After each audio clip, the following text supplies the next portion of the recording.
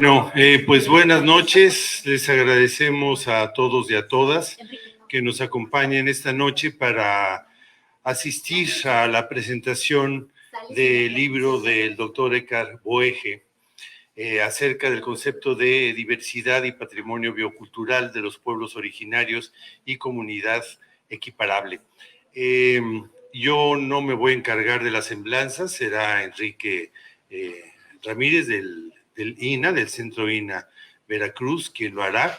Yo simplemente quiero agradecer a todos ustedes, pero también muy especialmente al doctor Eckhard Boege el hecho de que esté con nosotros, que se haya tomado el tiempo, lo mismo que Hipólito, nuestro buen amigo, de venir desde Jalapa para acompañarnos en esta presentación que será memorable, ¿no? Eckhard Boege es uno de los máximos antropólogos sociales del país. La semblanza la hará Enrique. Yo recuerdo con mucho cariño su libro clásico, ¿no? Los mazatecos ante la nación, publicado hace ya algunos ayeres, ¿no? En el 88, ¿no? Y bueno, él ha trabajado con los pueblos originarios, desde Calakmul hasta la Sierra Norte de Puebla, en fin, ¿no? Será Enrique quien nos haga la semblanza, ¿no? Hipólito es investigador del CIESAS, buen amigo de la librería, ha estado con nosotros también en varias ocasiones, el director del Centro INA Veracruz, Juan Manuel Pañuelos, ¿no? Que nos acompaña también esta noche y a quien agradecemos su presencia. Ayer platicábamos precisamente con José Manuel sobre la importancia que tiene el hecho de que los investigadores del INA y de otros institutos se vinculen con la sociedad civil para dar a conocer las investigaciones en curso, ¿no? Y que a veces sucede, ¿no? Que historiadores de alto calibre como los que tenemos aquí son conocidos entre ellos y entre ellos se citan y entre ellos se invitan y demás, pero nosotros que somos simples mortales a veces nos quedamos un poquito al margen. Entonces es de celebrarse el hecho de que el INA haya retomado el asunto, ¿no? Para decir, sí, vamos adelante y vamos a hacer actos que contribuyan a dar a conocer al público en general las investigaciones de los investigadores. Lo mismo vale para el CIESAS, para la UNAM, para la ENA, el INA, etcétera, ¿no? Entonces, bueno, yo sin más les doy las gracias por estar con nosotros, a los que nos acompañan a través de las redes sociales también, gracias por seguirnos, y los dejo con Enrique para que sea él quien haga las semblanzas de los super sabios que nos acompañan el día de hoy. Gracias. Muchas gracias, doctor Rafael Rivera, que es el director de la librería Mar Adentro, por sus palabras. Y vamos a comenzar esta presentación editorial, pues, con Pedro Hipólito Rodríguez Herrero. Él es licenciado en Economía por la Universidad Nacional Autónoma de México, maestro en Historia Urbana por la Universidad de Toulouse en Francia, doctor en Ciencias Sociales con especialidad en Antropología Social por la Universidad de Guadalajara, CIESAS Occidente, y desde 1994 es miembro del Sistema Nacional de Investigadores. Sus publicaciones incluyen textos sobre la historia ambiental de Veracruz, la pobreza urbana en México, el ordenamiento territorial y la vulnerabilidad ambiental en el Golfo de México, la dinámica económica y social de Veracruz. De 2018 a 2021 fue alcalde de Jalapa, Veracruz. Actualmente coordina para el CONACYT un proyecto dedicado a explorar e implementar alternativas a la gestión de los residuos sólidos en las ciudades de México. Sus principales líneas de trabajo se ubican en el campo de la historia, el desarrollo regional y la antropología urbana. Ha colaborado con el doctor Eckhard en múltiples proyectos desde 1989 y juntos han impulsado la revista El Jarocho Verde, además de otras publicaciones donde se examinan principales retos ambientales del estado de Veracruz. Adelante, maestro. Bien, bueno, tomo ya la palabra para presentar el libro. Bien, pues primero que nada, muchas gracias por recibirnos y por darnos la oportunidad de comentar el trabajo de nuestro querido doctor Eckhard Boege. Yo preparé unas notas, voy a tratar de orientarme con base en ellas para poder dar una presentación más ordenada. Quiero decirles que estamos ante un libro muy complejo, un libro que trata varios temas que son estratégicos en el momento actual para nuestro país y para el mundo. Este es un libro que gira alrededor del concepto de patrimonio biocultural. Y de alguna manera vamos a encontrar en este libro una reflexión estratégica, una reflexión política que Eckhart viene construyendo, viene cultivando, pues como se dijo hace un momento, desde hace ya muchos años. El antecedente que se mencionó hace un momento, 1988, los mazatecos ante la nación, pues es quizá el punto de partida de la reflexión que hoy tenemos en este libro, porque ahí ya se encuentra, digamos, la semilla básica de lo que estamos ahora presentando, ¿no? Se trata de ver cómo los pueblos originarios, los pueblos que habitaron estas tierras antes de la llegada del mundo occidental, generaron modos de apropiación de la naturaleza, modos de habitar el mundo, que han logrado resistir, que han logrado de alguna forma perseverar, a pesar de una modernidad que les ha acosado, que les ha hecho mucho daño, que los ha acercado, que los ha despojado. Y de alguna manera hablar del patrimonio biocultural es particularmente hablar de la importancia de proteger a esos modos de apropiarse de la naturaleza. Es, de alguna forma, ese es el mensaje político de fondo en este texto. Por eso a mí me parece que es una aportación fundamental a la antropología política de hoy, pero al mismo tiempo es una aportación muy importante a la etnoecología, en el sentido de que ese rescatar el saber de los pueblos originarios, ese defender el patrimonio construido por esos pueblos, implica también hacer uso de las herramientas que nos da la etnoecología. Y en ese sentido, Eckhart es muy cuidadoso en situar su concepto de patrimonio biocultural en relación a esa discusión, la discusión de las personas que hacen etnología y ecología, esta disciplina híbrida, ¿no? Un estudio de los pueblos, un estudio de sus modos de apropiarse de la naturaleza, es un estudio de las formas en las que estos pueblos originarios han logrado construir un saber y una práctica para lograr emplear la naturaleza sin lastimarla, sin erosionarla, sin suscitar pérdidas en términos de biodiversidad, en términos de la resiliencia o la capacidad de recuperación de los ecosistemas. Entonces, este texto, pues, por un lado tiene un mensaje político en términos de cómo rescatar y preservar esos saberes, esas culturas, pero al mismo tiempo es un discurso apoyado en la etnología, la ecología, y en ese sentido, pues también es de alguna forma un nuevo modelo de conocimiento que Eckhart trata pues precisamente de dar ejemplo de cómo hacerlo, que es un diálogo de saberes, un diálogo entre los saberes que construye la antropología moderna, la ecología moderna, y los saberes que han construido los pueblos originarios, los pueblos que en nuestro territorio afortunadamente han logrado resistir y perdurar. Él documenta varias experiencias que a mi modo de ver pues son muy interesantes, que las tengamos presentes, porque son experiencias que han generado ya un referente, no solamente en nuestro país, sino en el conjunto de las luchas que celebran los pueblos originarios frente a la modernidad económica, frente a la modernidad capitalista.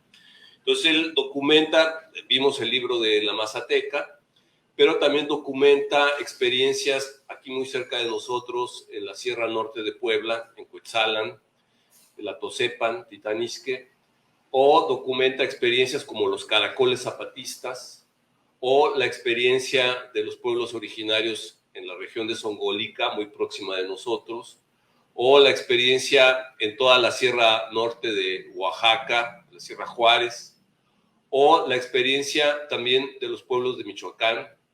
En fin, todas las experiencias donde los pueblos indígenas defienden sus saberes, defienden sus formas de apropiarse de la naturaleza y defienden su territorio, ¿no? Entonces, en ese sentido, también aquí encontramos una aportación muy importante a la antropología jurídica, porque lo que estamos observando aquí es una propuesta muy fina de cómo lograr cambios a nivel constitucional, a nivel de los códigos jurídicos, para que se reconozca el derecho de los pueblos indígenas a su territorio, ¿no? Entonces, eso a mí me parece que también es un aporte fundamental para lo que está viviendo actualmente nuestro país y el mundo. Estamos en una época, todos lo sabemos muy bien, una época de crisis de la modernidad capitalista. El desastre que está viviendo el planeta es fruto, pues, de más de 500 años de una forma de apropiación del territorio, de la riqueza, que nos ha puesto ya en el umbral de un colapso. Estamos viendo todos los días las evidencias de ese colapso, ¿no? En el agua, en los alimentos, en el cambio climático, en la crisis energética. Es decir, hay múltiples evidencias de que esta modernidad capitalista nos está colocando en una situación muy peligrosa. Y en consecuencia, el encontrar que hay modos de apropiarse del mundo que tienen digamos, una alternativa a esta modernidad capitalista, para mí me parece que eso es uno de los mensajes más importantes. El texto está dividido, voy a decirlo así, en 6 partes. La primera parte está girando alrededor del concepto de biocultura, ¿no? ¿Qué significa patrimonio biocultural? Y ahí, pues, como les decía hace un momento, es muy importante reconocer los aportes de las unidades de producción campesina. Entonces, ahí ECAR, pues, realmente está recuperando saberes, investigaciones de hace muchos años, ¿no? De estudiar las estrategias de apropiación campesina que logran desplegar prácticas productivas muy respetuosas del entorno natural. Luego, la segunda parte está alrededor justamente del concepto de territorio, ¿no?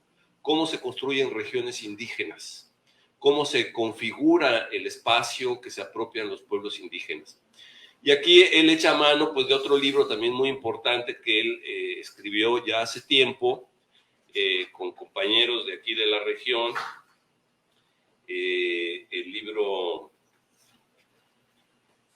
que se llama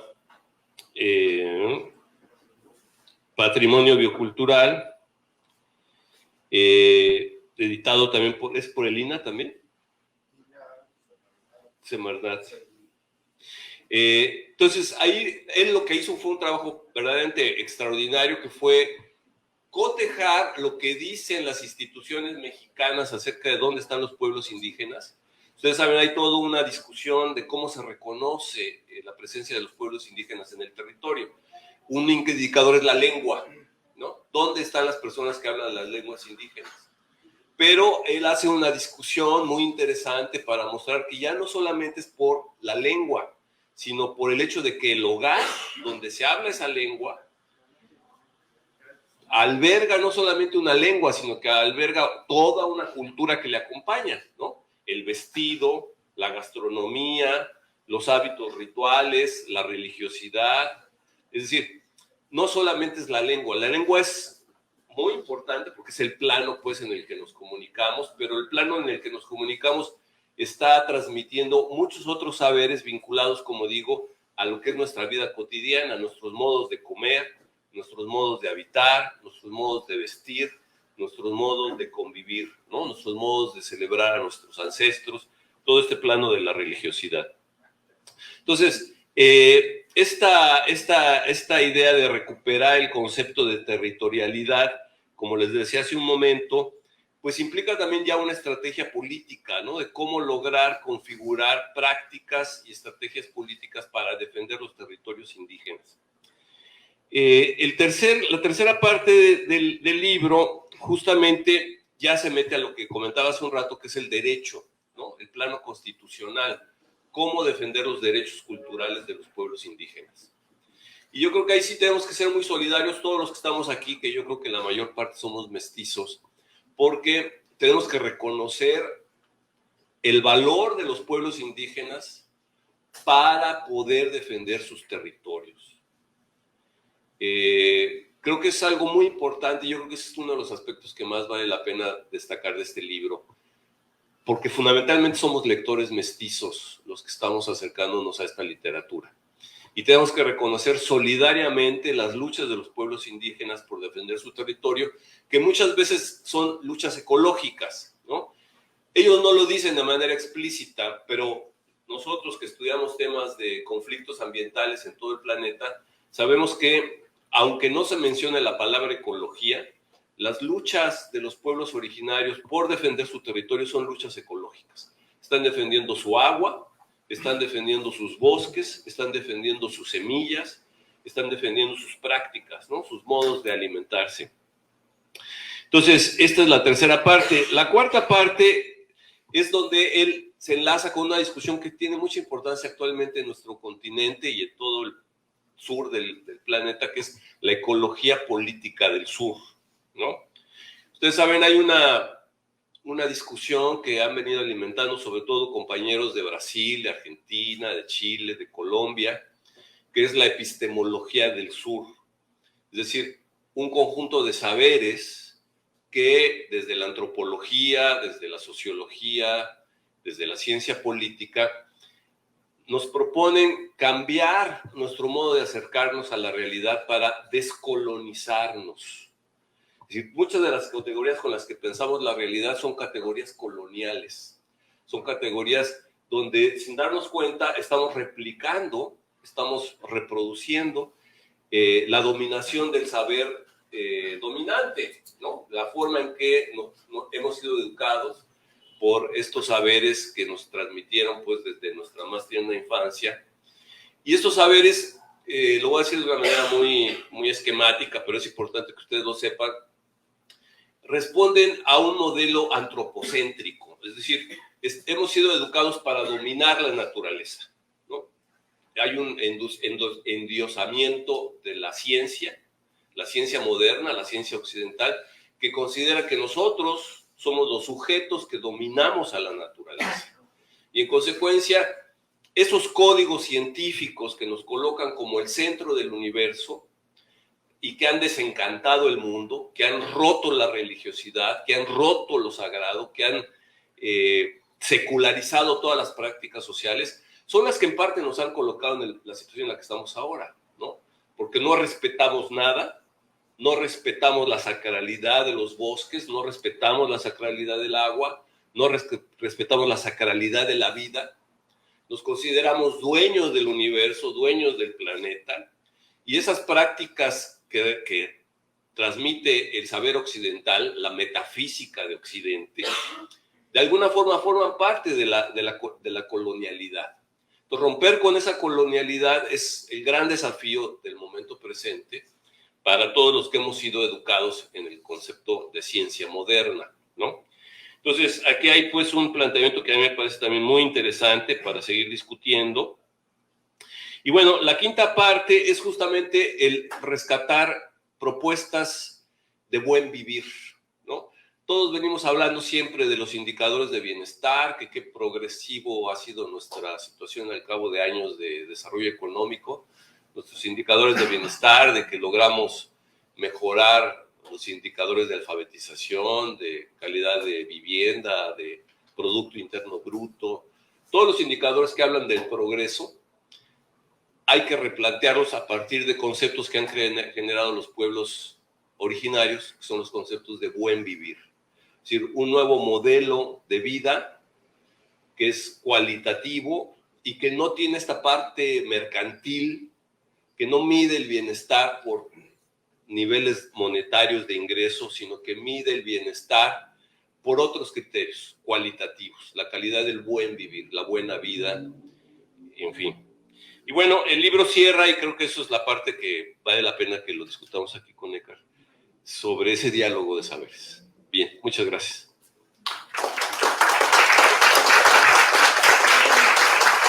Muchas gracias por las observaciones, doctor Rodríguez. A continuación tenemos a José Manuel Bañuelos Ledesma, antropólogo social egresado de la Universidad Autónoma de Querétaro con maestría en Política y Gestión Energética y Medioambiental por la Facultad Latinoamericana de Ciencias Sociales.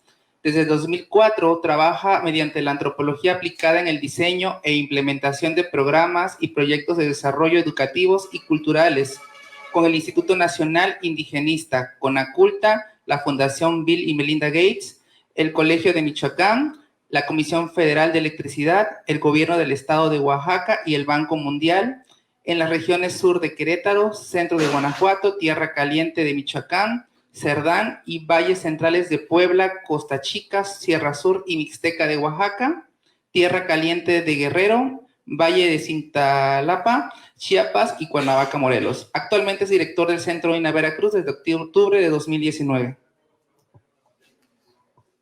Muy buenas noches a todas y a todos ustedes. Me honra participar en esta presentación con el doctor Hipólito, con el doctor Eckhart, y me entusiasma la participación y la presencia de todas y todos ustedes aquí en Mar Adentro y también a través de los medios electrónicos que nos permiten compartir esta presentación. Y bueno, preparé unas palabras, si me permiten, les daré lectura para todos ustedes. Agradezco el espacio y la colaboración de Rafael Blanco, Óscar Hernández y su equipo de trabajo en Mar Adentro, que en coordinación con el Departamento de Difusión y la encargada del Programa de Vinculación Social del Centro INA Veracruz, fomentan la transmisión del conocimiento para fortalecer nuestra cultura.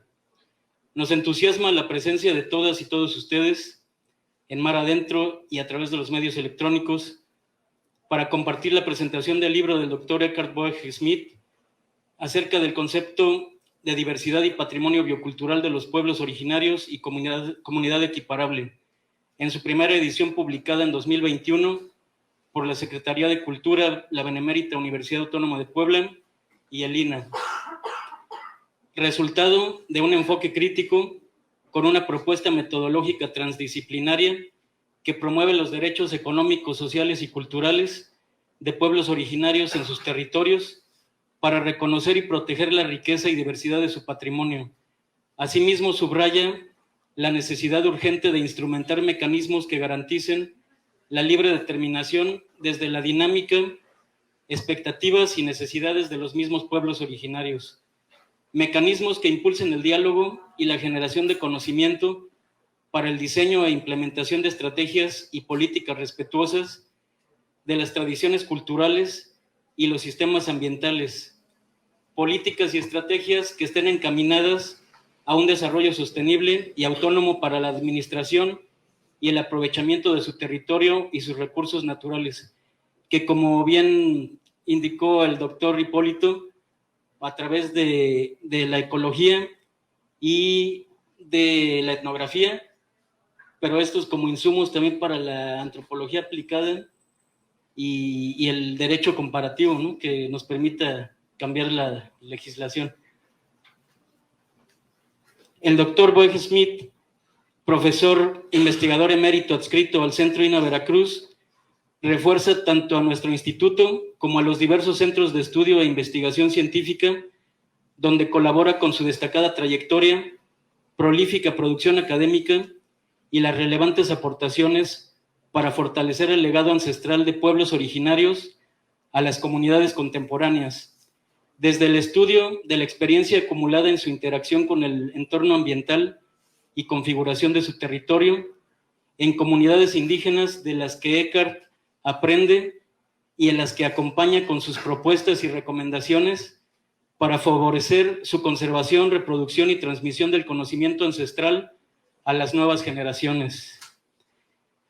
La edad de la ciencia, tal como la conocemos actualmente, así como la del Estado y los sistemas de organización social, producción y consumo, son extremadamente recientes, sobre todo ante la antigüedad de nuestra especie, la domesticación del maíz, el sedentarismo y la agricultura, el establecimiento y esplendor de civilizaciones prehispánicas.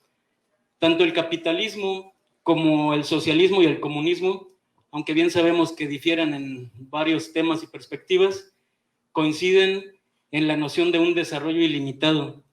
Sin embargo, el confinamiento de la humanidad durante la reciente crisis sanitaria global, además del aislamiento, las limitaciones, las dificultades y pérdidas que todos sufrimos, también nos confirmó la vulnerabilidad de nuestra especie y la ineficiencia de nuestros sistemas ante una emergencia de este nivel.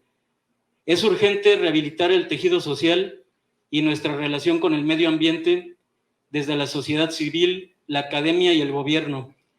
Desde hace casi 84 años, la labor y el compromiso del Instituto Nacional de Antropología e Historia consiste en la protección, la conservación, la difusión e investigación de todos los objetos, los sitios, los valores, los conocimientos y los símbolos que nos unen y nos dan identidad como mexicanos, como veracruzanos y como porteños.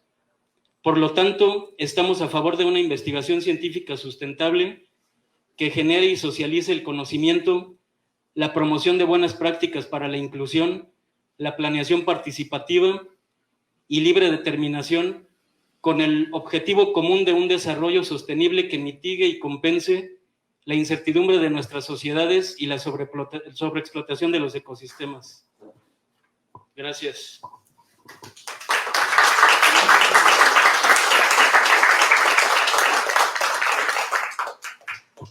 Estaba invitado nuestro querido compañero Daniel Nahmat, nada más que tuvo que salir y dejó una cuartilla que aquí el compañero va a leer. Es una cuartilla.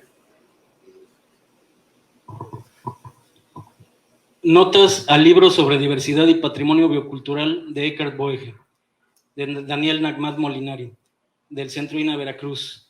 Fue un honor que me invitaran a la presentación del libro de mi querido amigo, colega y compañero de trabajo Eckhart Boege acerca del concepto de diversidad y patrimonio biocultural de los pueblos originarios y comunidades equiparables.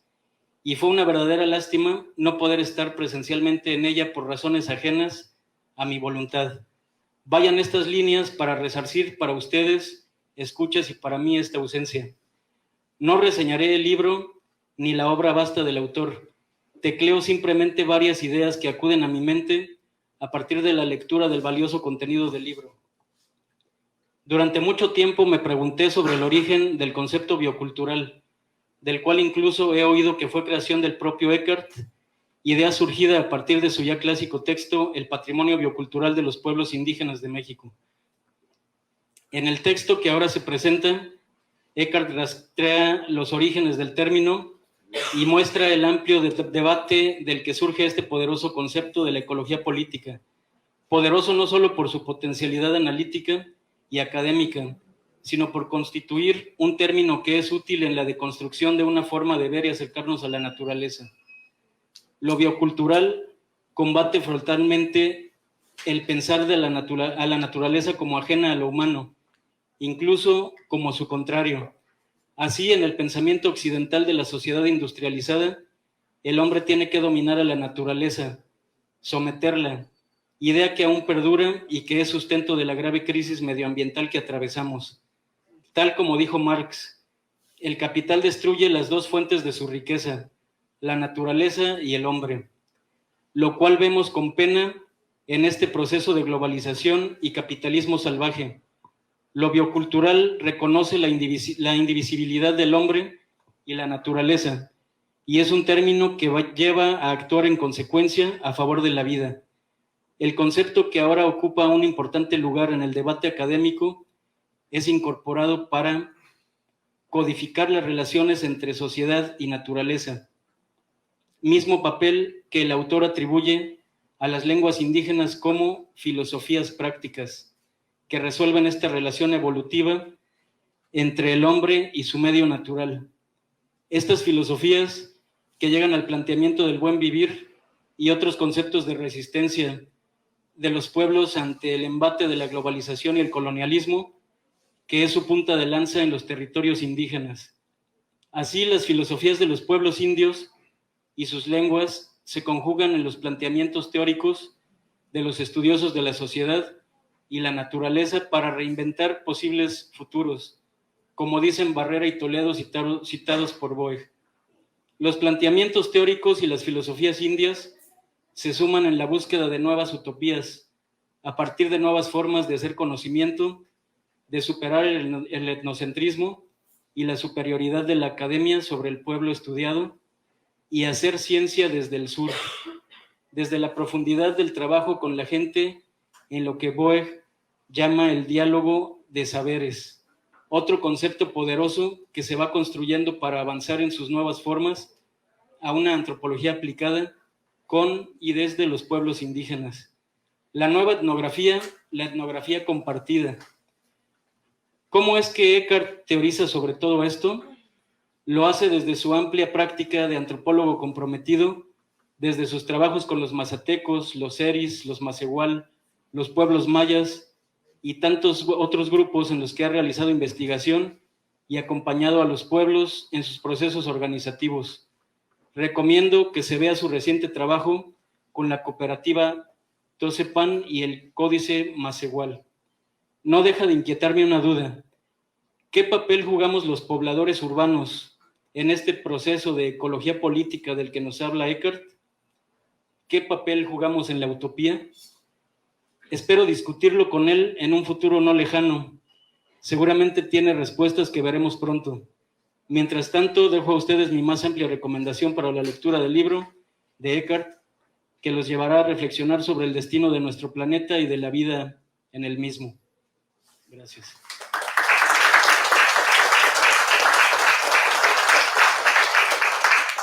Muchas gracias por estos valiosos comentarios del doctor Daniel Namat Molinari.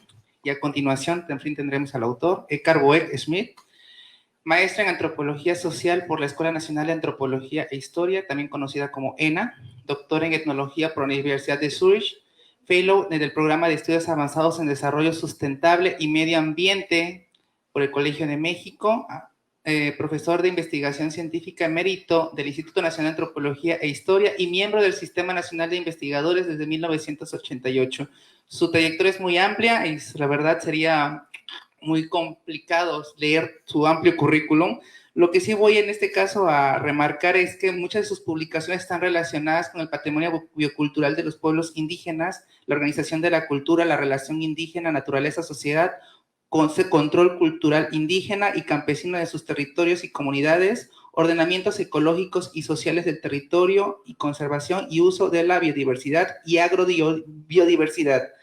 Entre sus distinciones está el Premio Nacional Fran Bernardino de Sahagún por el Instituto Nacional de Antropología e Historia por mejor tesis de doctorado en Antropología Social sobre los mazatecos ante la nación, contradicciones de la identidad étnica en el México actual, así como también el mismo premio por el Instituto Nacional de Antropología e Historia por mejor investigación en el patrimonio biocultural de los pueblos indígenas de México hacia la conservación in situ de la biodiversidad de los territorios indígenas. Tenemos a continuación al doctor Eckhart. Muchas gracias, Polo, Manuel. Pero muchas gracias también, muchas gracias también a Rafael Franco por la invitación de presentar este libro, esta obra con ustedes. Muchas gracias por su presencia. Vamos a... y me gusta que sea un grupo pequeño porque luego se pierde en la inmensidad del público las cuestiones. Quiero decir además que este libro que estamos presentando ahora es producto de largos años de investigación, aunque está chiquito. Se generó, y esto es algo central, se generó porque se estaban banalizando los conceptos, sobre todo de bioculturalidad. Ya incluso la secretaria de Medio Ambiente, la primera secretaria Blanca, no sé cuántos, estaba ella hablando de bioculturalidad sin tener una idea de lo que se trata, y se estaba utilizando el término de manera, diremos, superficial y de manera a lo mejor hasta política sin sin saber su contenido. Pasa como con el concepto de sustentabilidad. Todo mundo es desarrollo sustentable, lo hablaba Cedillo, lo hablaba no sé quién, pero se estaba banalizando. Entonces dije, voy a rastrear, por lo menos en la primera parte del libro, voy a rastrear qué es lo que significa el concepto de diversidad y patrimonio biocultural. Y bueno, y al rastrear el origen, me encontré unas cosas extraordinarias que son perfectamente aplicables a nuestro país. En primer lugar, el concepto proviene de la controversia con los grandes proyectos de desmontes en el Amazonas, grandes proyectos hidráulicos, grandes mineros, ganaderos, o sea, los grandes desmontes tipo Bolsonaro, pues todo el tipo de lo que está sucediendo. Y los pueblos indígenas, pues no, no fueron considerados en estos grandes desmontes, sino desplazados, asesinados, y la muerte de Chico Méndez, que aquí el cauchero, no sé si lo recuerdan, logró una integración regional, movimiento muy importante. Y hay un antropólogo norteamericano que vivió toda su vida en Estados Unidos, en el Amazonas, que logró juntar a un grupo, a un grupo étnico muy importante que iba a sufrir la pérdida de su territorio justamente por la construcción de una mega hidroeléctrica. Y entonces, pero los juntó de otra manera, los juntó, y no es la primera vez, pero los juntó bajo una idea de diálogo de saberes, para demostrar al mundo y a la sociedad y al propio Banco Mundial. Hay que recordar que estaba en ciernes el CDB, que es el Convenio de Diversidad Biológica de Río, de 1992, para demostrar que el conocimiento de los pueblos indígenas estaba llevando en esa región a un uso totalmente sustentable del territorio. Y a partir de sus conocimientos, no a partir de los conocimientos de los biólogos. Entonces, y demostraron en ese momento que el propio Amazonas es un producto humano y no un producto natural, puesto que el Amazonas hace 11.000 años eran estepas, eran no páramos, pero sí con manchones de bosque, pero y que hubo un proceso de coevolución. Y entonces a partir de esto y a partir de la controversia dije, bueno, ¿de dónde se genera el concepto de bioculturalidad y de patrimonio biocultural? La idea de patrimonio puede decirse que es, incluso unas feministas me dicen, oye, qué machín eres, utilizas patrimonio, pues, o sea, viene del derecho romano, de patriarcal y todo eso. No, eso no fue la idea de ninguna manera. Es herencia o es legado, pero patrimonio es a partir de la defensa, como Polo lo reseñó, la defensa de lo propio. Y justamente a partir de la defensa de lo propio, es lo que estamos observando de una manera impresionante, cómo se está siendo despojado hoy por la modernidad los territorios completos de los pueblos indígenas, territorios completos. Entonces me pregunté, bueno, ¿cuál es el territorio? ¿Cuáles son los territorios? Y tuve que desarrollar toda una metodología para ver cuáles son los territorios actuales de los pueblos indígenas. Y esto me llevó a un libro básico, pues, que es el patrimonio biocultural de los pueblos indígenas de México, relacionando conocimiento con idioma, etcétera, etcétera. Está muy ligado también a la vida, etcétera, para construir un nuevo concepto de territorio.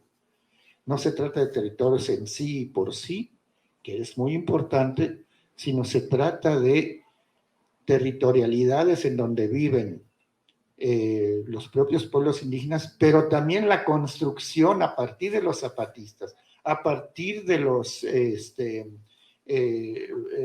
hablemos, por ejemplo, de Cherán, hablemos de la Sierra Norte de Puebla, de la Sierra Norte de Oaxaca, en sus bosques comunitarios, construir un nuevo concepto de territorio. El territorio se hace al andar.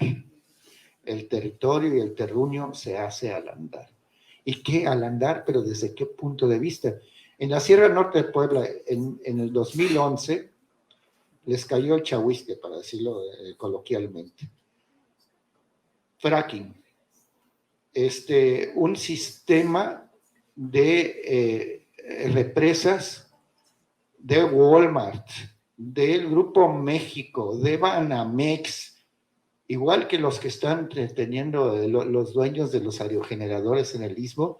Bueno, pues así está sucediendo en la Sierra. Estuvo en los proyectos en la Sierra Norte de Puebla. Pero nada más, no solamente hidroeléctricas, fracking, sino mineras. 270,000 hectáreas concesionadas sin que les preguntaran a los pueblos indígenas. Y entonces se construyó una visión nueva de territorio de ellos propios. El Altépetl. El Altépetl es un concepto socioambiental, socioterritorial, pero ellos hablan de su Altépetl. Entonces, la organización en contra de la minería la llamaron Altépetl Tajpiani, Consejo Altépetl Tajpiani, que quiere decir los custodios, defensores del territorio. Y entonces había que desde la antropología conceptualizar eso del territorio como nuevas territorialidades. Por eso el libro, y está aquí Rafael, cuando Rafael dijiste una parte, pero no le pusiste apellido al título. El título es Construyendo territorios de vida con autonomía y libre determinación. Y esto no es nada más una idea así abstracta de un intelectual mío, sino son sus derechos constitucionales que están anclados en el artículo 2 de la Constitución, la libre determinación y la autonomía. Y sobre todo eso tiene que ver con una controversia súper, que por cierto ganamos, y yo digo ganamos porque pues participé en este movimiento y participo en este movimiento de la propia TOSEPAN en defensa del territorio. Lo ganamos ante la Suprema Corte. Suspendieron las concesiones mineras mientras no se haga una consulta y el consentimiento. Aguas. Una cosa es la consulta y otra cosa es el consentimiento libre, informado, de buena fe, que tanto nos han repetido. Y bueno, entonces, pero qué, y ellos en la Sierra Norte de Puebla es un movimiento vigoroso. Cada 2 o 3 meses, en la pandemia evidentemente no, se reúnen 2,000, 3,000, 4,000 personas de toda la región para defender el territorio y su agua principalmente, pero también su territorio, etcétera. Bueno, no voy a abundar en esto. Entonces les puse unas imágenes.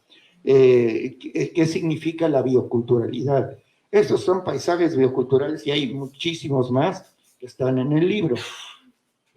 Me preguntaron por qué la portada. La portada es una imagen de la Tarahumara, de un personaje que se va a representar en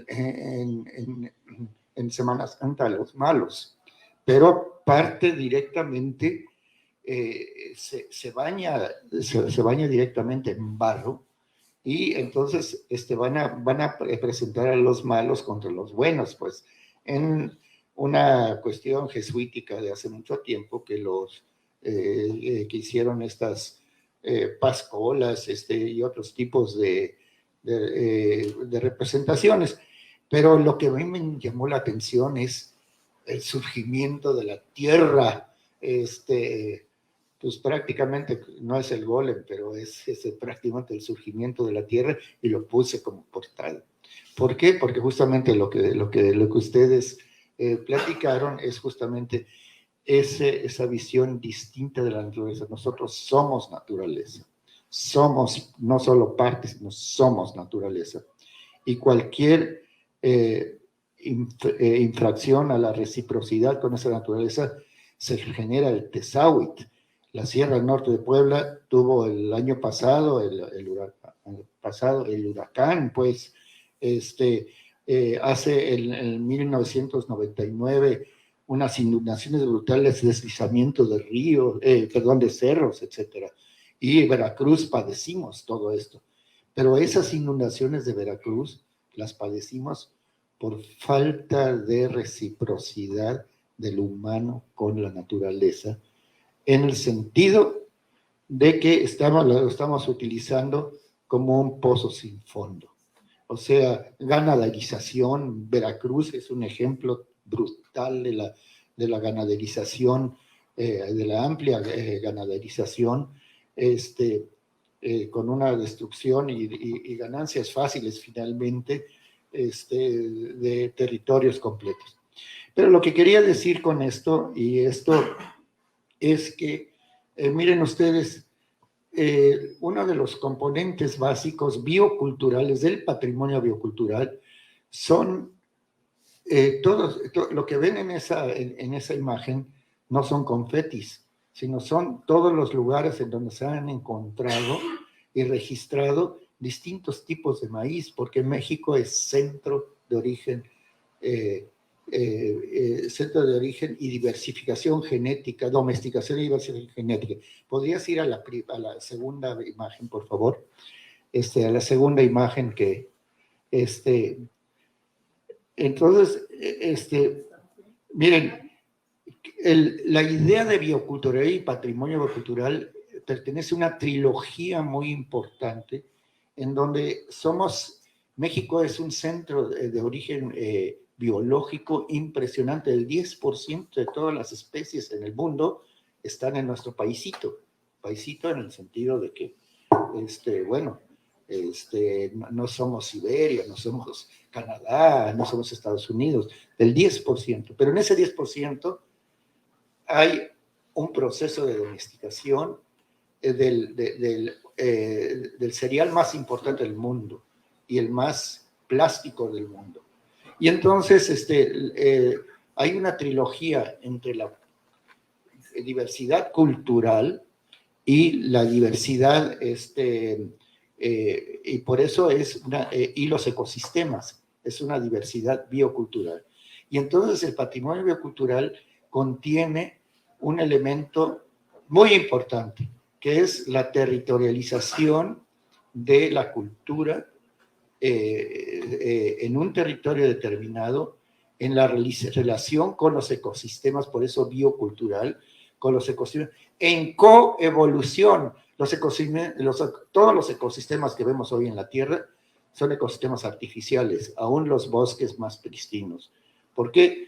Bueno, no quiero discutir esto porque lo que sí quiero discutir es de manera importante, que es una aproximación. ¿Qué es una aproximación biocultural? En el sentido de herencia, de legado. Y eso tiene, y el patrimonio, y eso tiene una importancia política impresionante, porque en este momento se están discutiendo los destinos de nuestros maíces. En Estados Unidos, apenas hace todavía 3 semanas, se estaba discutiendo si se importan masivamente, si se pueden importar masivamente los transgénicos que contaminarían nuestros maíces de los pueblos indígenas y probablemente los pueden volver inviables. Bueno, además, se está disputando el sistema alimentario mexicano. Son 600 platillos a partir simplemente del maíz. 600 distintos platillos del maíz. La siguiente, por favor. Entonces, el norte global está disputando los territorios y los patrimonios bioculturales de los pueblos indígenas y de las comunidades equiparables. Son luchas ontológicas. ¿Qué quiere decir? Se está discutiendo, cuando se mete una minera a un territorio o en cualquier parte que no sea ni siquiera indígena, se está disputando el ser y estar de la gente que vive allí. Y con eso el ser y estar de México y el ser del sur. Entonces, por eso son luchas ontológicas del ser y estar. La siguiente, por favor. Y entonces, bueno, no quiero seguir con esto porque no estoy haciendo una conferencia. La siguiente, por favor. Hay una cosa muy importante y quiero responderle a Polo, que me echó el guante hace un momentito.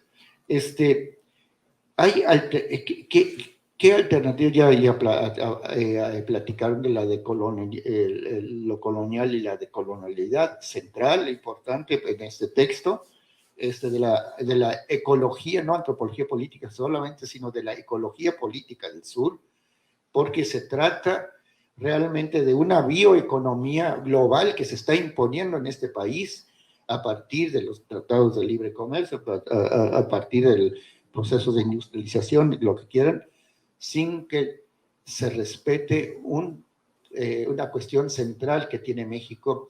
México se ha ganado, por lo menos, no estuvimos de acuerdo con muchas cosas, pero una cosa central del artículo 2 de la Constitución, que es la pluriculturalidad. O sea, México es un país pluricultural y el derecho a ser pluricultural de los pueblos indígenas depende y es muy central, sobre todo después del 2011, al complejo de los derechos humanos. O sea, al grupo de constitucionalidad de derechos humanos, que es el artículo 4 constitucional, el derecho al agua, el derecho a la biodiversidad, el derecho a la alimentación, a la educación, etc. Eso está ligado con la bioculturalidad. Entonces, cualquier cosa que se decida sobre los pueblos indígenas y los territorios tiene que ser consultado, pero no solamente consultado, sino tiene que haber un consentimiento, que es una palabra jurídica mucho más profunda que la consulta. Te puedo consultar, pero pues me vale gorro lo que digas. Pero el consentimiento, pues sí. Entonces, consentimiento es sumamente importante. Entonces, se ha construido una cosa central que es el buen vivir, que viene desde Sudamérica, pero ¿cómo lo construyen aquí? Entonces, el Equil Cuxlejal, el de Chiapas, tú lo has de conocer, tú lo has de haber escuchado si has trabajado en Chiapas, el Yetnemilis en la Sierra Norte de Puebla, el buen vivir, pero el buen vivir tiene atributos que no son los sudamericanos, sino son de cada pueblo en sus territorios, construyendo sus territorios, por eso construyendo en ese movimiento que hemos aprendido de la Sierra Norte de Puebla y con los zapatistas, etcétera, construyendo territorios, vida, ante lo que Polo describió exactamente con manera precisión. Los territorios de vida es algo central de cuál es el proyecto, cuál es la utopía de esos territorios de vida. Entonces, se trata del derecho cosmopolita, escuchen bien, cosmopolita, de ser tradicional en un territorio determinado. El derecho cosmopolita de ser tradicional es lo que significan los movimientos socioambientales de los pueblos indígenas actuales. La siguiente, por favor. Bueno, y entonces se construyó, y eso no es el objeto de este libro, pero va de la mano y en el penúltimo capítulo, perdón, se trata de cómo se construye un plan de vida. Y un plan de vida, y nosotros logramos en 4 años construir un plan de vida desde una utopía. ¿Desde cuándo? Desde la utopía estamos construyendo nuestra vida. Bueno, ¿qué ciudad queremos? ¿Qué pueblo? ¿Qué queremos nosotros? Y la gran experiencia es justamente con el diálogo de saberes. El español tiene una palabra preciosa, que es nosotros. Nos, rayita, otros. ¿Cómo? Si hablo contigo y hablo de nosotros, ¿qué sé de ti? Pero somos nosotros, somos una unidad, porque estamos aquí escuchando los rollos de Paul o los míos. Y ustedes son los escuchadores.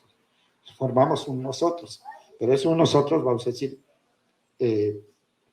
superficial. Pero ¿qué tal si ese nosotros, cuando yo hablo a los indígenas, digo nosotros, Nanay, ellos dicen, ¿quién es el nos y quién es el otro?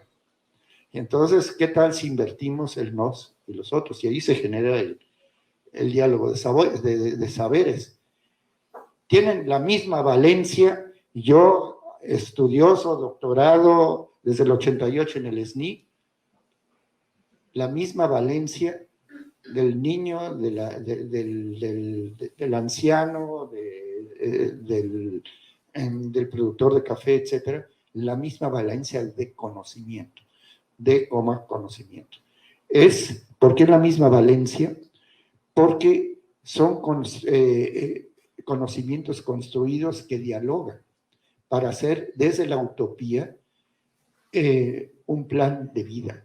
Y el concepto de plan de vida viene de Sudamérica también, pero porque preguntaron, ¿vamos a hacer un proyecto de desarrollo? No, no se trata de un proyecto de desarrollo. La palabra desarrollo, olvídate, camarada. No hay desarrollo, menos el desarrollo que nos han implantado. Cuando mucho es el concepto de sustentabilidad, pero allí, cuando hicimos el plan de vida, no cayó ni una sola vez el concepto de sustentabilidad, sino nuestro ser y estar con respecto a la tierra. Eso era la sustentabilidad, y no la necesitamos definir. ¿Por qué? Porque si no se desarrolla el Tezahüit es el caos, es el huracán, es el deslizamiento de los cerros, etc. Termino diciendo que aquí se reclama una nueva antropología, una nueva forma de antropología. También abandonar, y nosotros también en el INA, abandonar la antropología minera. Estamos extrayendo material y escribiendo libros doctos. Y los campesinos indígenas, bien, gracias. Entonces, cambiar el paradigma. ¿Cómo generar una plataforma crítica, intercultural, crítica, biocultural, decolonial, para construir algo, para hacer etnografía? A mí ya no me interesa que el brujo tal me diga tal cosa o cuál es su espiritualidad y describirla. Eso es importante para nosotros. Pero para ellos es importante que eso se convierta en un espejo. Y eso es lo que se hizo en un proceso muy interesante y muy importante cuando nos plantearon a dos personas, amigos de la Tosepan, que nosotros les ayudamos a construir la controversia constitucional y la ganamos en la Suprema Corte. Y en ese sentido se creó un concepto de confianza. Y nos dijeron, no querrán facilitar un proceso para construir un proyecto en los siguientes 40 años. ¿Cómo? Los siguientes 40 años, la mera verdad que dicho eso es, no, mejor no lo digo, no dije, ¿qué es eso? Es verdaderamente facilitar. Y entonces uno de los procesos más importantes está bien, empezamos felicitando, pero cómo construir el conocimiento comunitario para que la facilitación es de ellos para acá y nosotros somos participantes solamente como. Entonces, una de las primeras sesiones extremadamente importantes y que están descritas en el último capítulo, una de las situaciones más interesantes de todo este rollo, y con eso termino, porque si no va a ser una conferencia sobre que no viene al caso, más interesantes es, ¿cómo decimos en náhuatl una plataforma crítica intercultural? Hacemos una plataforma donde todos nos respetemos, ¿cuáles son los valores náhuatl para la intercomunicación para construir el plan de vida? Y entonces tenemos en este árbol que se cuidó muchísimo, y eso lo pueden ver ustedes en la página red de Patrimonio Biocultural. Toda la parte de abajo son los valores, antes de ser, vamos a hacer un proyecto de desarrollo y quién sabe qué, vamos a tener dinero para hacer esto y lo otro, y obras, nada. ¿Cuáles son los valores para construir un plan de vida que es nuestro futuro para las siguientes generaciones? No, ni siquiera para el futuro. El futuro es presente, y siendo el futuro presente, ¿cómo construimos un plan de vida en el presente a partir de lo que somos, lo que hemos construido los últimos 40 años? O sea, 80 años de reflexión, reapropiación, de reconceptualización. Por ejemplo, el territorio rehecho como Altepetl. Altepetl, eso ya no es revisar con López Austin qué es el Altepetl, sino es qué es su Altepetl, bajo la idea el territorio se hace andar.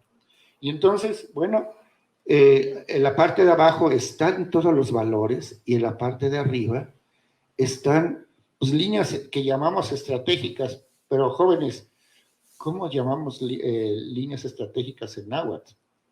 Y entonces empezaron a decir confianza, empezaron a decir caminar juntos, como el árbol, en fin, varios puntos básicos que son, y de repente yo como antropólogo me dije, qué bello es el náhuatl, pero igual otros pueblos indígenas. Es un idioma que los lingüistas lo llaman algo así como congregación o no sé qué, como en alemán, que tienen, que juntan 2, 3, 5 palabras. Tlahuiscas, ¿cómo? Aglutinante, esa palabrota se me estaba yendo. Tlahuisco Altepantecustli. No, hombre, eso se vuelve un concepto. Y por eso son lenguas filosóficas también. Y una cosa muy importante del trabajo para construir la utopía es, vamos a hablarlo en náhuatl, porque el náhuatl está cerca del yolo, del corazón, pero también lo pensamos, con una filosofía práctica. Y entonces, concluyo, el idioma indígena es filosofía práctica. Es filosofía práctica y son filosofías ecológicas porque no se construyeron como la Biblia.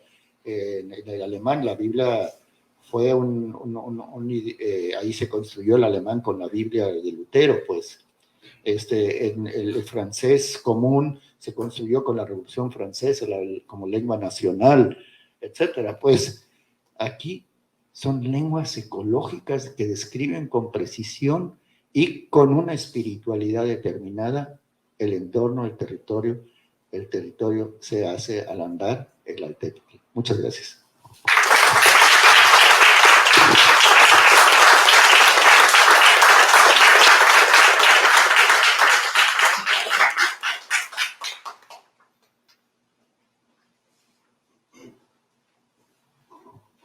Bueno, pues, mero cuali, tlazocomatimiac, timotiaski.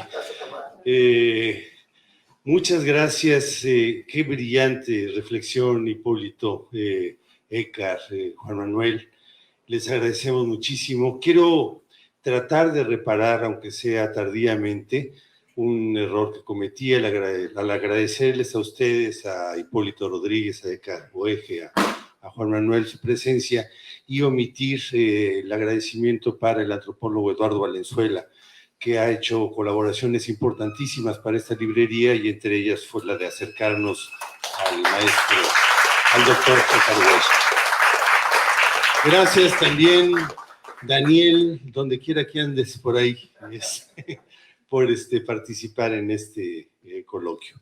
No es realmente un texto que considero fundamental por las palabras. Yo no he leído el libro, lo voy a hacer de forma inmediata porque desafortunadamente he sido testigo de cosas que pasaron ya, ¿no? O sea, la ganadería extensiva, la construcción de las presas, Temazcal, Cerro de Oro, la minería, etcétera, y los estragos, las catástrofes que han representado para los pueblos originarios estas obras de desarrollo, ¿no? De que finalmente han sido catastróficas, ¿no? Yo trabajé en el INI en alguna ocasión y recuerdo cómo algunos chinantecos que fueron desplazados por efecto de la obra, los dotaron con construcciones, con casas de materiales, ¿no? Como se decía en aquella época, cuando los metieron a vivir ahí, dijeron, no, esto está bien para los guajolotes y para las gallinas, yo me salgo y me hago mi casa como quiero vivir bien, como se vive bien. Entonces, muchas gracias, creo que es un texto fundamental que nos dará mucho para reflexionar sobre cómo vivimos, qué futuro queremos, qué presente estamos viviendo y cómo queremos vivirlo. ¿No? Bueno, pues como es costumbre, si alguien quiere hacer alguna intervención, si tiene alguna pregunta, aprovechando, por favor. Buenas noches. Simplemente quisiera decir que esos textos, el Códice Maceo, perdón, se encuentran en la página del Red Patrimonio Biocultural, se encuentran varios trabajos de este tipo y se encuentra el Códice Maceo, que aquí no se presentó para nada, pero que está hermanado con el libro, y el libro también está ahí. Entonces, simplemente Red de Patrimonio Biocultural. Perdón. Ay, buenas noches. Yo tengo una duda. Usted mencionaba de todos los criterios jurisprudenciales en los que han participado para que se haga la discusión entre la libre determinación de los pueblos indígenas. A mí me parece que la consulta previa como tal es únicamente de participación ciudadana y el libre consentimiento sí entra dentro de lo que es el conglomerado legislativo, económico, cultural y todo. He leído algunos textos jurídicos en los que no le quieren entrar como mucho al debate de qué es el consentimiento de los pueblos indígenas. Como que hay ahí una contradicción entre los criterios.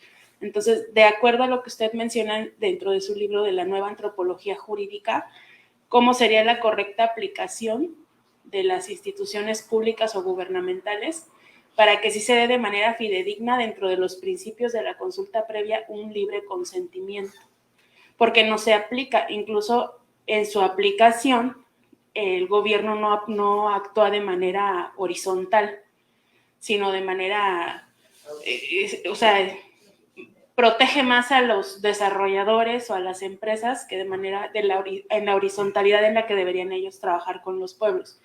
Entonces me parece que hay como una verdadera problemática en poder definir cómo se va a determinar el consentimiento o el libre consentimiento de los pueblos para que sí sea de buena fe y libre el consentimiento de ellos. ¿Contesto rápidamente o va a haber un...?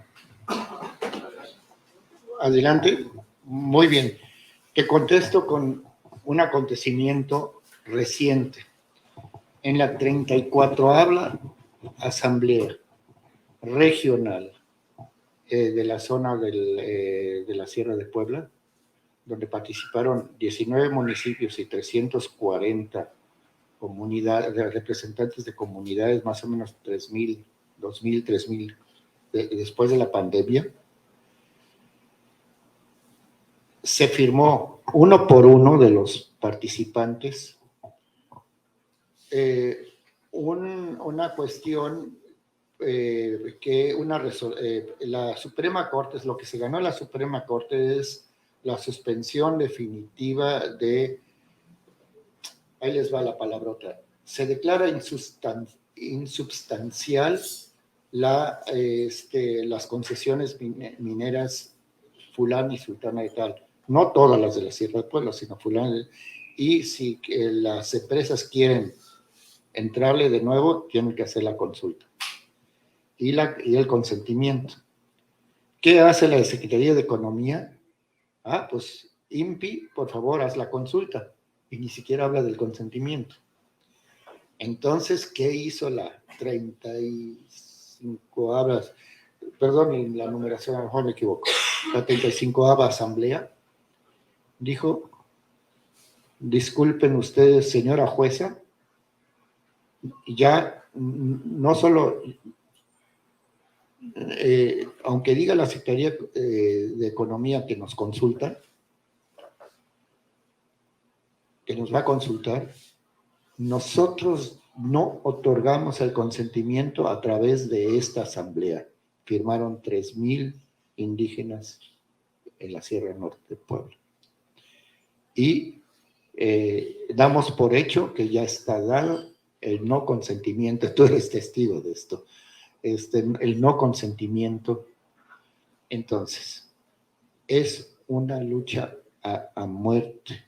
Igual que el territorio se hace andar, igual que se pueden tener leyes más importantes, pero como dice el amigo López Bárcenas, que es uno de los intelectuales indígenas más importantes que tenemos en este momento, que está en San Luis Potosí, dice, la ley no solo se escribe, se ejerce. Entonces, cuando se reúnen 3,000, 4,000 gentes, pues a ver que ejerzan ese consentimiento, esa consulta y consentimiento desde arriba, y es manipulada, como tú dices. A ver, ejércenla, pues, es imposible. Entonces, es una correlación de fuerzas. La ley es una correlación de fuerzas. Nosotros lo sabemos cotidianamente. Y solamente en el momento en que los pueblos indígenas hagan lo que están haciendo en la Sierra Norte de Puebla, en la Sierra Norte de Oaxaca, en muchos lados, por supuesto, los territorios zapatistas, etcétera, cuando ejercen su derecho al territorio que México ha firmado. México ha firmado en la OIT, en las Naciones Unidas y OIT 169, el derecho al territorio. ¿Y saben cómo definen el territorio? La OIT, con la bella palabra, la totalidad del hábitat. Habitar, el habitus y territorio es una trilogía o cuatrilogía, o como quiere decir, habitus, habitar, y el territorio es la totalidad del hábitat. Y lo que he construido en el 2008, en el libro El Patrimonio Cultural, son por lo menos 28 millones de hectáreas de territorio que están directamente vinculadas al hábitat a través de los hogares que tú habías dicho y a través de una serie, porque ya en la Constitución hay de cierta manera la autodeterminación cuando se le pregunta, ¿es usted indígena? O según su cultura, ¿es usted indígena? ¿O es usted? Ya se está preguntando, sí, tiene que ver con la libre determinación, o mejor, con la autodenominación. El indígena es el que se autodenomina indígena, no solamente el que habla lengua indígena. Y es un grave error de decir las autoridades, no hablan como en Iztacalmatlán, en la minera contrató antropólogos para decir no son indígenas. Y entonces la anciana líder de que dijo, somos indígenas aunque no hablemos el español, pero somos mexicaneros.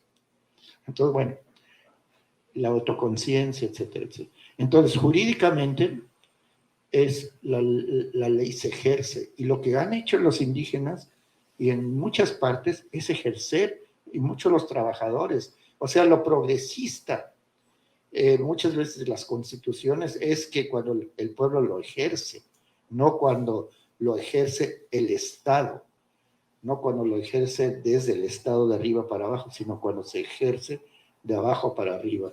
Y si yo ejerzo la libre determinación, la ejerzo porque son 3.400 o 4.000, 5.000, 2.000 personas de las sierras norte de Puebla que dicen no damos el consentimiento. Y vengan a preguntar lo que quieran de la Secretaría de Economía, nos vale gorro. Ya ejercimos lo que dice la Suprema Corte respecto a esto. No vamos a aceptar más concesiones en nuestro territorio. Y esa es la respuesta que te diré. Pero la respuesta concreta, no como abstracta jurídica. Judith. Felicidades y qué gusto y con mucho placer se escucha tu conferencia, pero también con mucha preocupación. Y como decía Rafael, ¿no? Hemos presenciado pues una destrucción brutal en los últimos años. Nosotros, bueno, como arqueólogos, tú sabes, en toda la zona conurbada de Veracruz, por lo menos 42 fraccionamientos nuevos que han destrozado zonas consideradas Ramsar. Todas las ahorita en las lagunas costeras que hemos estado yendo pues a sembrar mangle, vas con los pescadores que te dicen que les compran sus territorios, se incendian los manglares para hacer nuevos fraccionamientos, en detrimento de una forma de vida que es la de ellos, la tradicional de la pesca, conservar esas áreas, conservar la naturaleza, toda la biodiversidad que hay en los manglares y que detiene también todas las tormentas y todos los cambios que se han hecho ahorita en la costa se deben precisamente a esa erosión, ¿no? Entonces, si hay algún tipo de plan para cambiar ese paradigma que es del desarrollo urbano contra un plan de vida que es, ellos luchan por su tradicionalidad, si hay algo que se haya hecho, que se pueda hacer en este sentido con los pueblos de la costa para organizarse, porque ellos sí tienen muy bien definido lo que quieren, pero cómo se los están arrancando también sin consenso y sin ningún tipo de Consentimiento. consentimiento. Claro. Entonces, Pues sobre esto no tengo una respuesta directa porque no conozco pero sí hay movimientos y es el movimiento socioambiental el único que puede frenar. Pero rápidamente te quiero decir una cosa importante respecto a Caballo Blanco. Nosotros estuvimos, ganamos la suspensión definitiva en un amparo definitivo en contra de las concesiones que las declararon insubsistentes, otra vez esa palabrota que estoy aprendiendo, las concesiones mineras en la región de Caballo Blanco.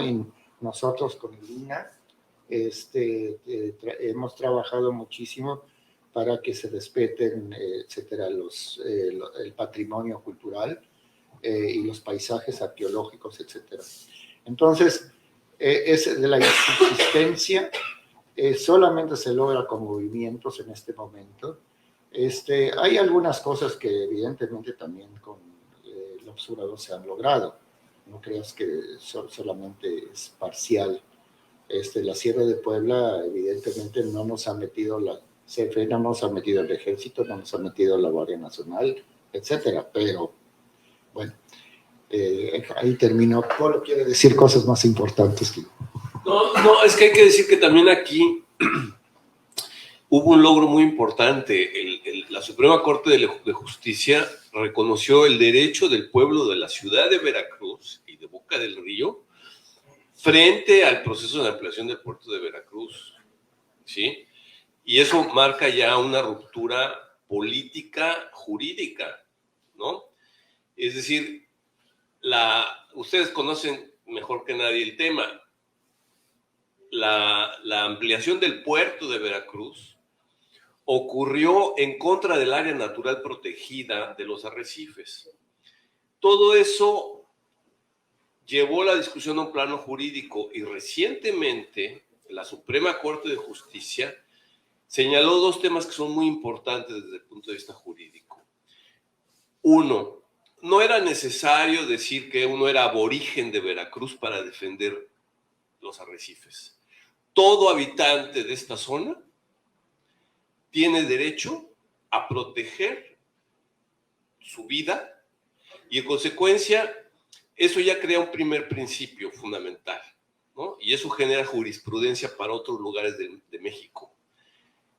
Podemos exigir por defender nuestra vida, nuestro derecho a un medio ambiente sano, que este tipo de procesos de megaproyectos de ampliación portuaria tomen en cuenta a los habitantes. Entonces, aunque ya se hicieron buena parte de las obras, no sabemos el porcentaje, vamos a decir que ya se hizo 60 o 70% de las obras.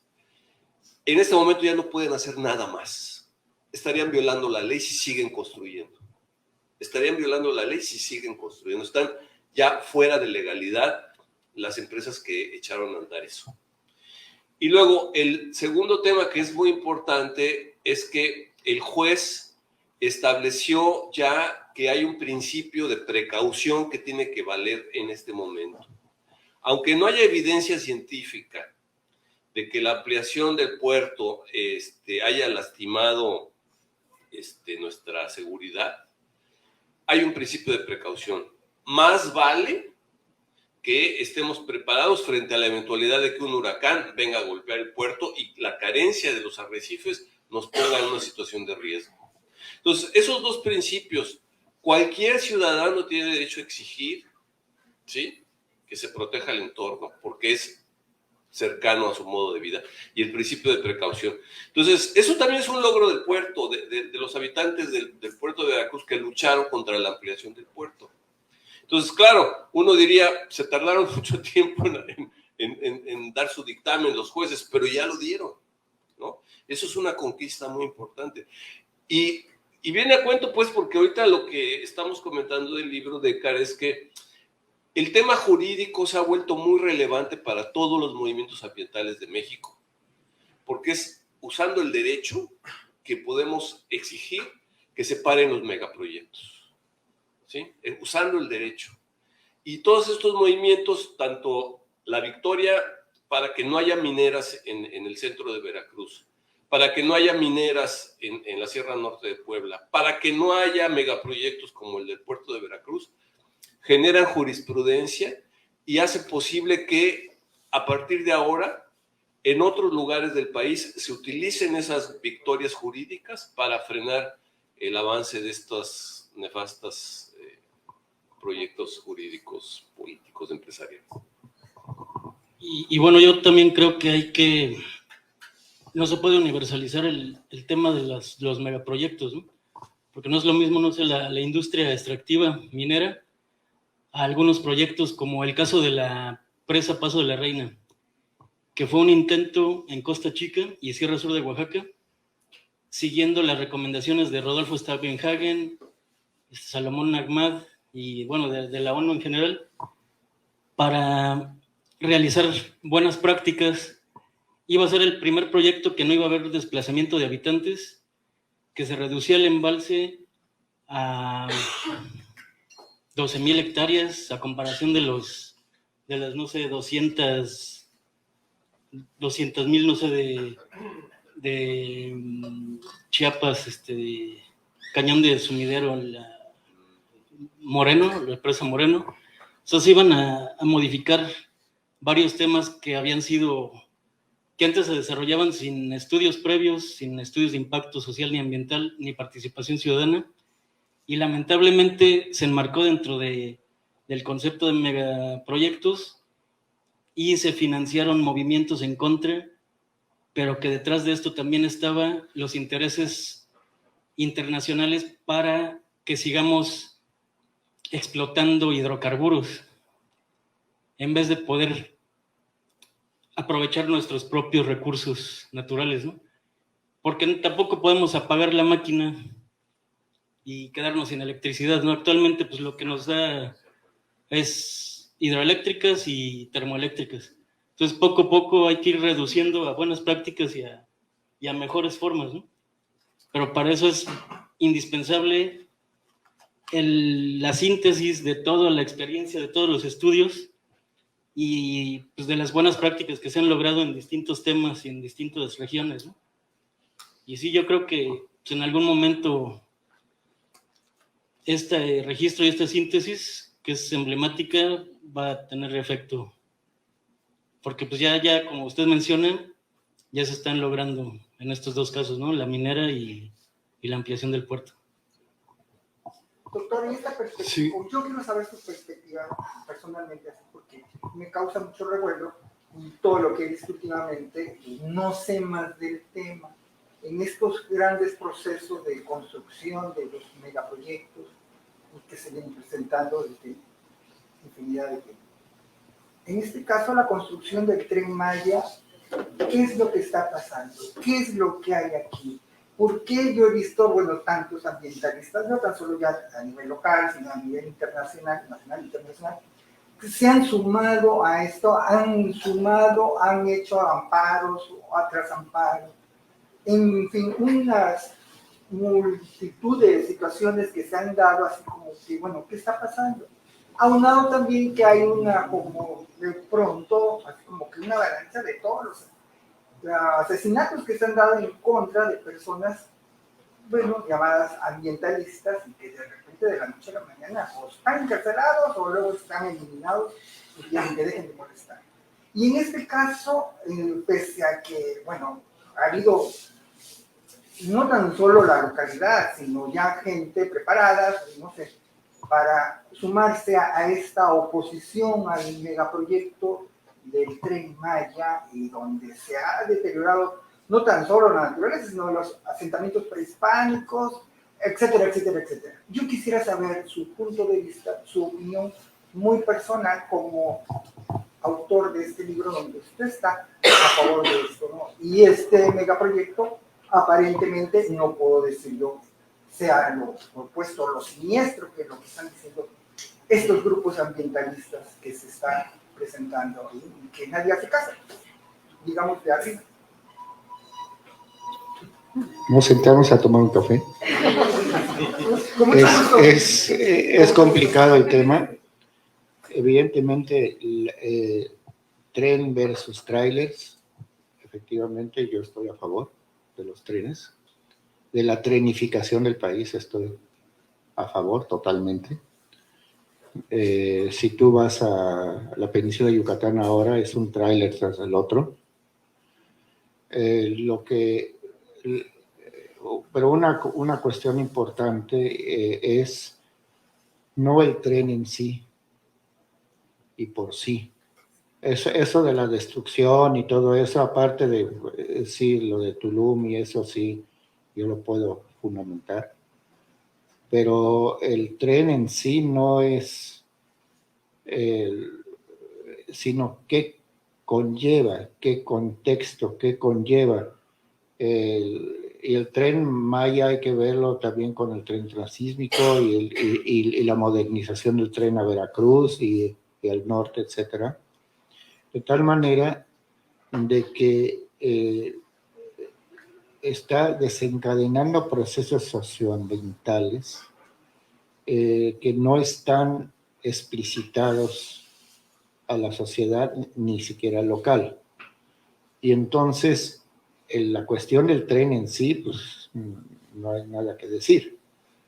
Yo no tengo nada que decir en sí.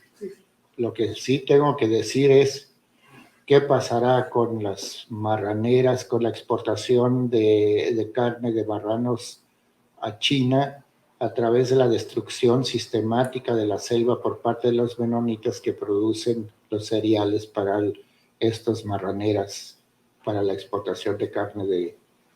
o sea, estamos alimentando a China en ese sentido, o sea, estamos resolviendo problemas y lo de China es un tema, no es el turismo tampoco, sino es qué procesos socioambientales se está desarrollando.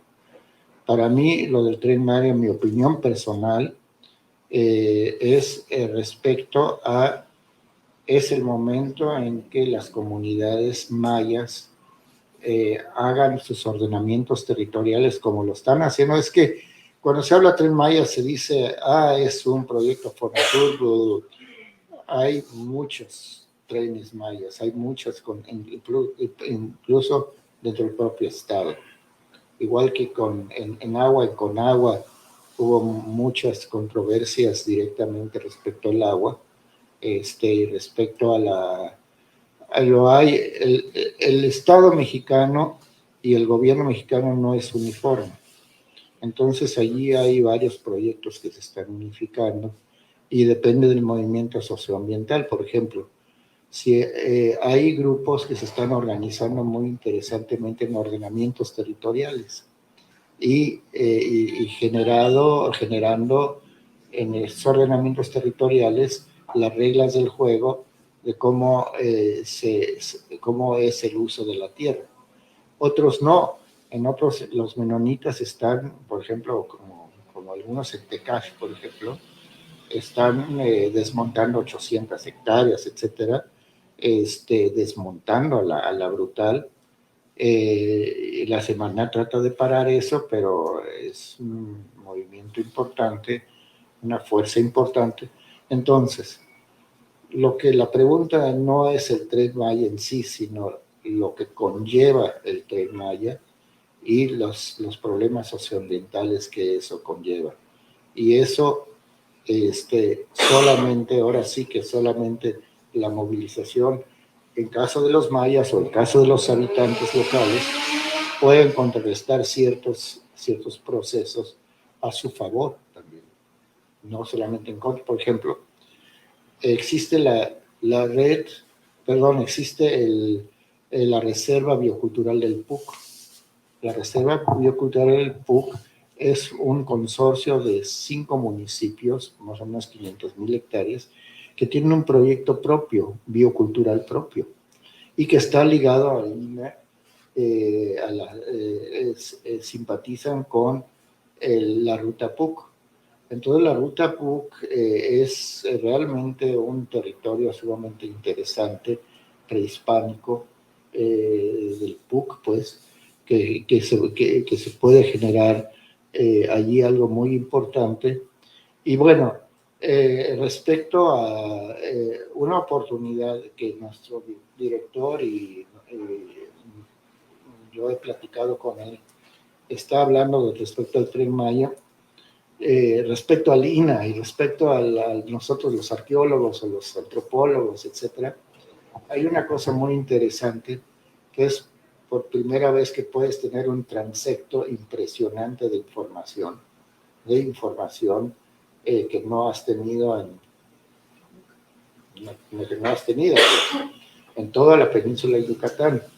Entonces, lo más importante para nosotros los antropólogos y para los arqueólogos es destacar el proceso civilizatorio maya. Creo que son 18,000 sitios que está tocando el Tren Maya, más o menos, grandes, chicos, y acuérdense que para un arqueólogo es tan importante el Tepalcate como Chichén Itzá, pues, para decirlo de alguna manera, en términos de importancia. Entonces, lo que quisiera decir al respecto, el Tren Maya se está haciendo. ¿Cómo montarse a un caballo desbocado? ¿Cómo dirigirlo desde la organización del pueblo? Por ejemplo, turismo. Hay una organización de turismo comunitario muy interesante que está poniendo reglas del juego de cómo se ha desarrollado el turismo. Y eso está ligado también a la CONAM, hay gente de la CONAM que está interesada en eso.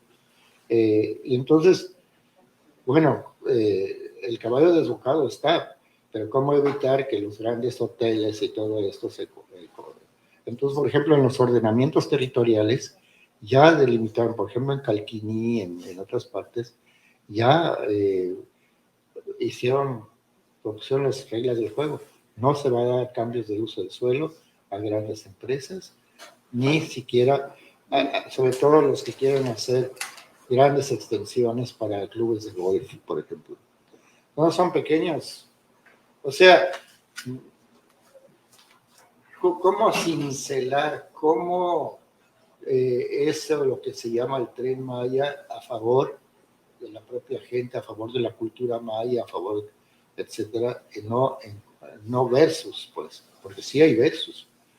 El plan de Naciones Unidas, urbano, de Naciones Unidas, que hizo el plan de desarrollo urbano, una monserga, es horrible. Ni una sola vez para todo Yucatán hablan de que haya un pueblo maya. Ni una sola vez. Yo lo leí el plan. ¿Cómo es posible que tú haces un ordenamiento del territorio del península de Yucatán y esos son no hábitats? Pues no, pues son italianos y no sé qué, de dónde vienen a hacer sus asesorías con mucha lana y no sé qué. Entonces, y hay suficiente información en las instituciones para hacer algo alternativo, si es que se quiere hacer algo alternativo. Y bueno, ¿cómo montarse eso? Por ejemplo, ¿cómo consolidar la ruta PUC como un territorio, no solamente Uxmal, no solamente Labnaca, Cabaz, Ayil, etcétera, sino cómo generar un territorio histórico PUC importante desde el punto de vista de la información que se está generando. En fin. Y híjoles, ya no sé. Sí, no sé, un poco abonando a esto, Emilio, que por supuesto es un tema importantísimo, lamentando aquí que no esté nuestro amigo Juan Martínez, no de INECOL, para polemizar con nosotros en relación al tema. No, hay algo que a mí me llama la atención y retomo un poco lo que platicaba Judith. Lo que ha pasado en Veracruz. A lo mejor los jarochos no somos un pueblo indígena, pero somos una comunidad equiparable, ¿no? Usando un poco el título del libro del doctor Boege. Es la violencia, porque no se puede llamar de otra forma, que se ejerce cuando se sobrepasa el consentimiento del otro.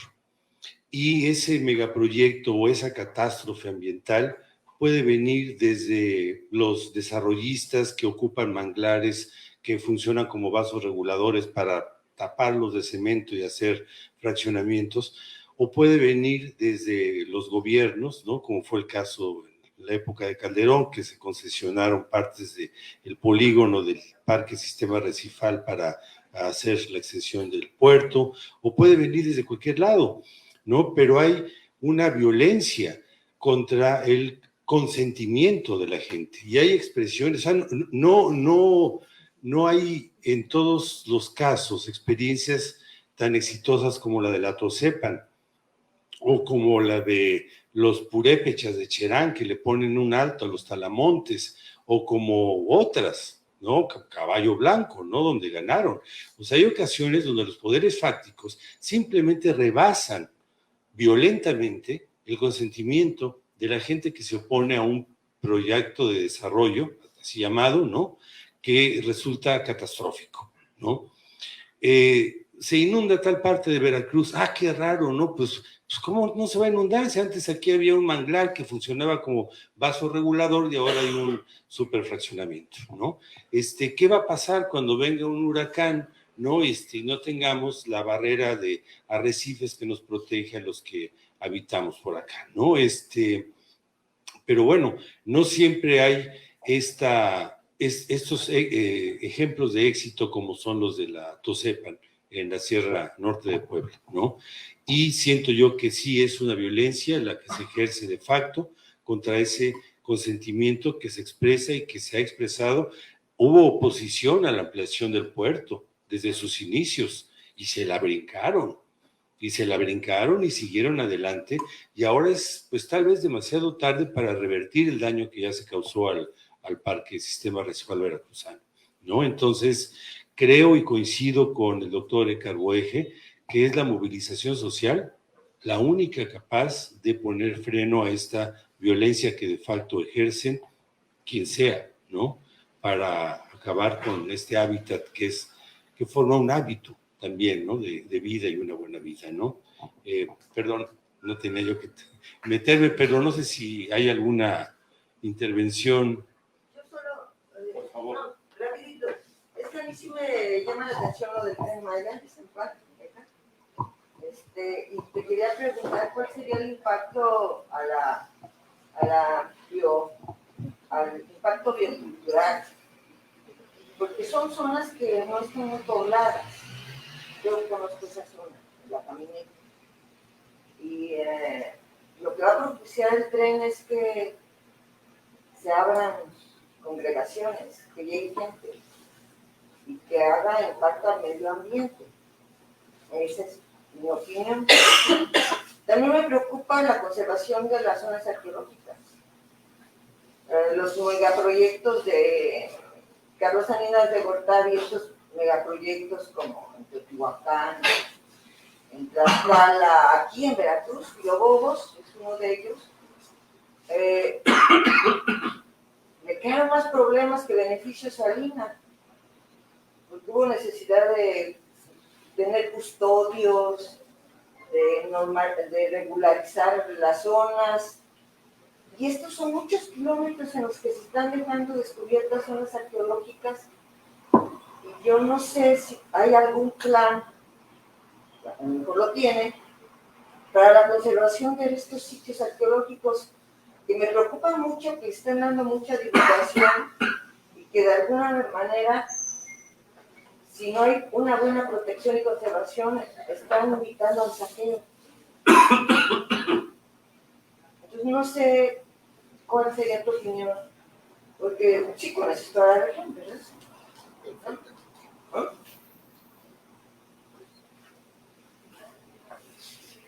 Muy bien, pues voy a ser muy breve porque ya es, ya está avanzada la.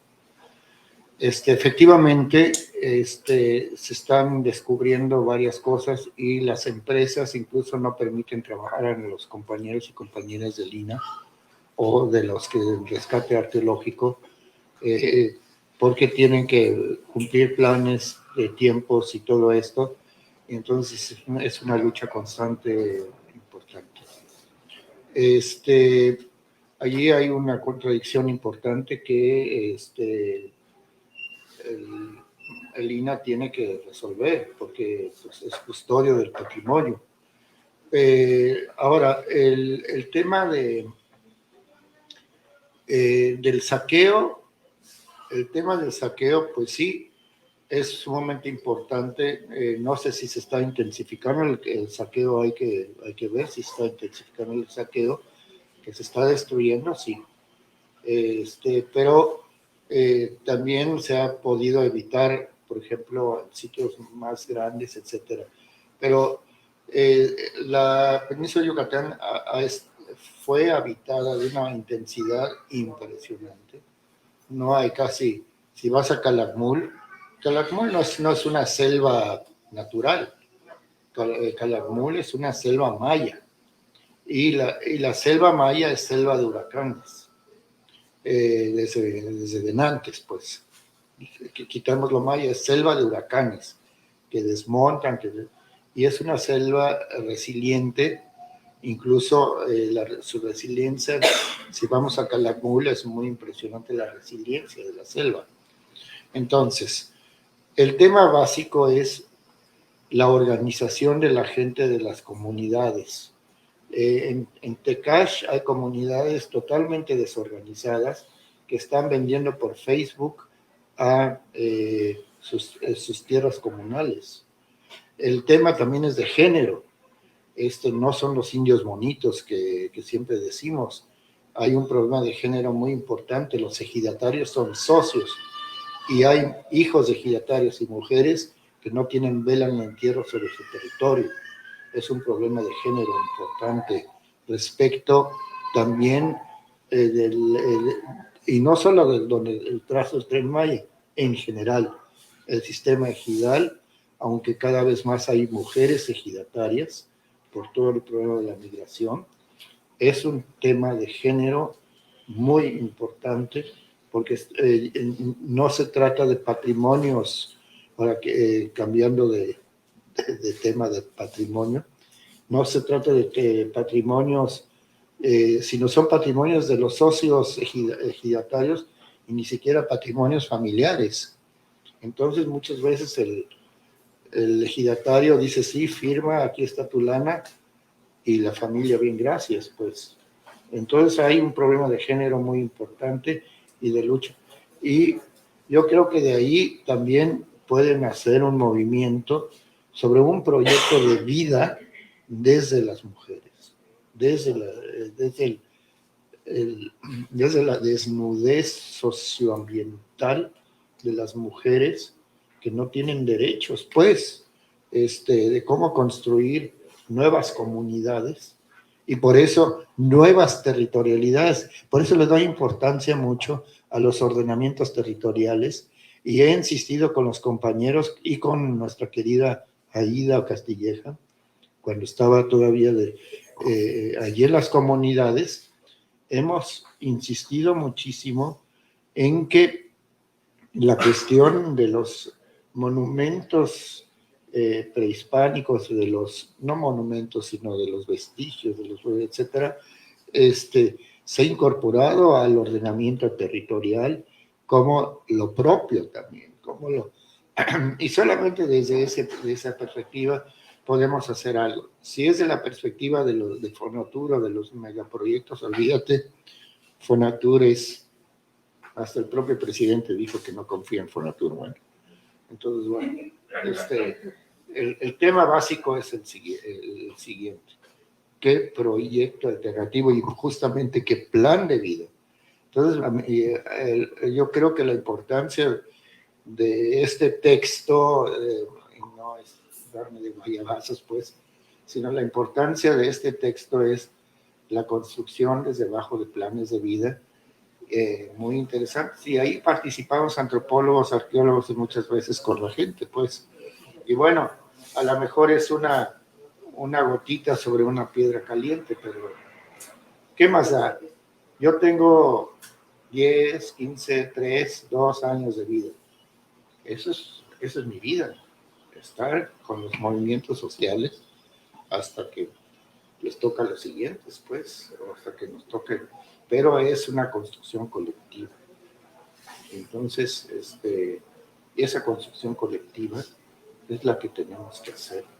Y hay cosas interesantes de lo que mismo Diego, nuestro director, dice y hace, pero que tiene que también, pues es director de una institución estatal, pues, del Estado mexicano, pues. No somos islas, pues. Entonces, ¿cómo manejar, cómo subirnos al caballo desbocado, verdad, mi querido Polo? Así es. Bueno, pues bravo.